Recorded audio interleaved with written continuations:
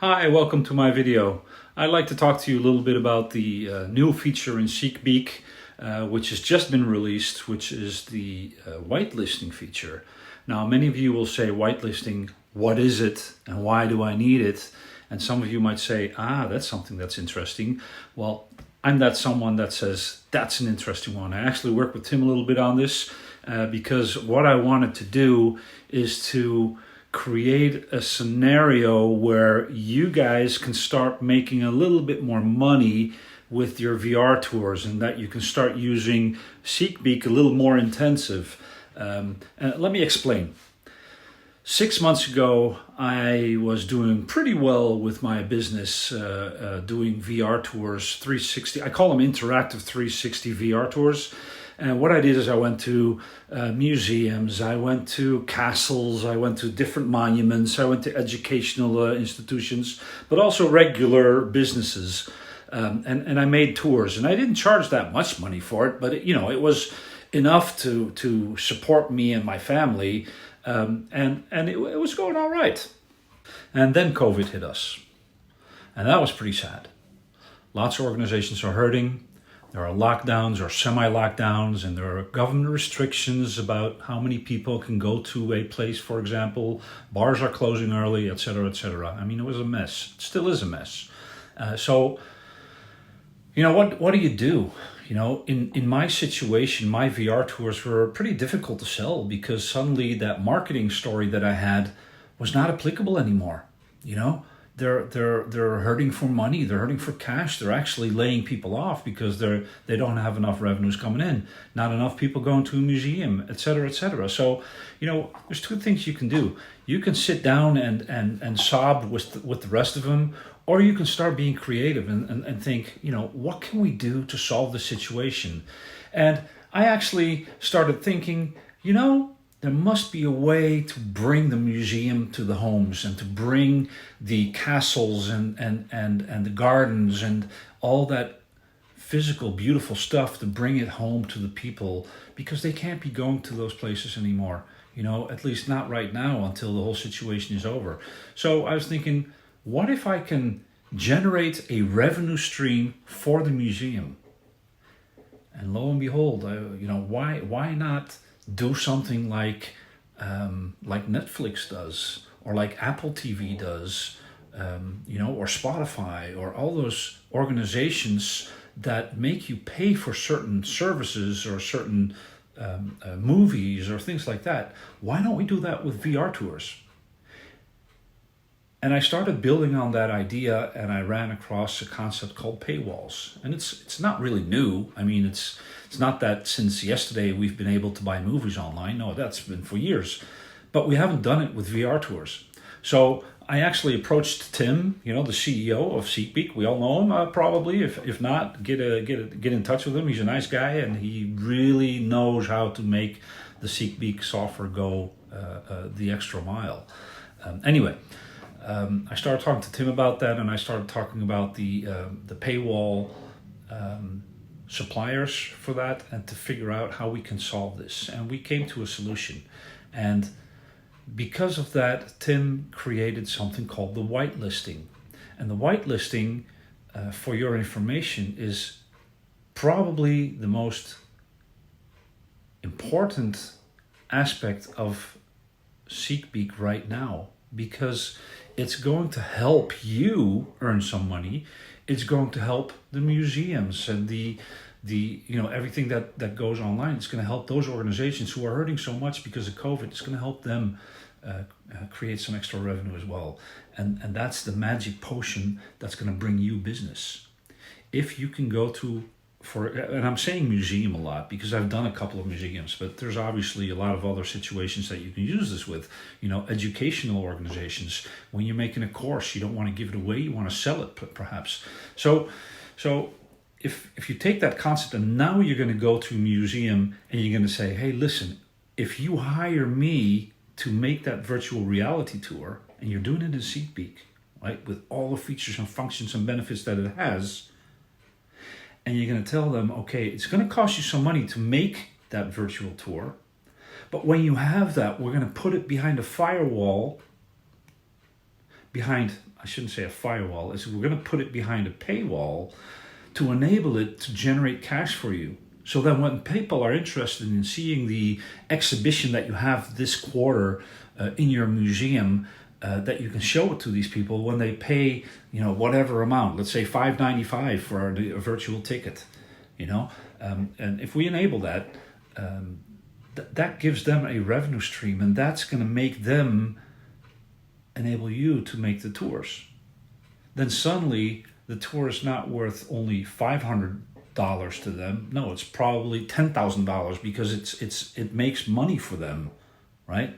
If a museum has 100,000 visitors a year and they can reach 25,000 people with these tours at $5 a piece, do the math. It's a lot of money that can be generated for these organizations, and it will certainly pay for the tours that you will be able to do. So imagine the next scenario: if you're doing this one quarter and this museum is getting all these visitors electronically at $5.95 a piece or $3.95, whatever price it is, the next exhibition they do, they're going to call you and they're going to say, "Can you make another tour so we can put it behind the paywall again?"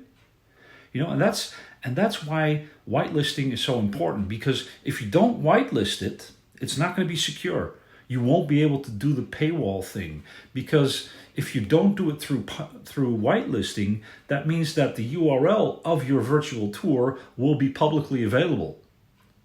Right? You can hide it, but if you're a little smart and you're looking at the HTML code, right, the code that's behind the web page, you can find that URL that is actually the VR tour that you've made, right? So whitelisting it enables you to secure that URL, that it's only being able to run from one location, being that paywall situation. That's why it's so important, not just to secure it, but to enable a monetization process for your customers, which enables them to pay you for more tours.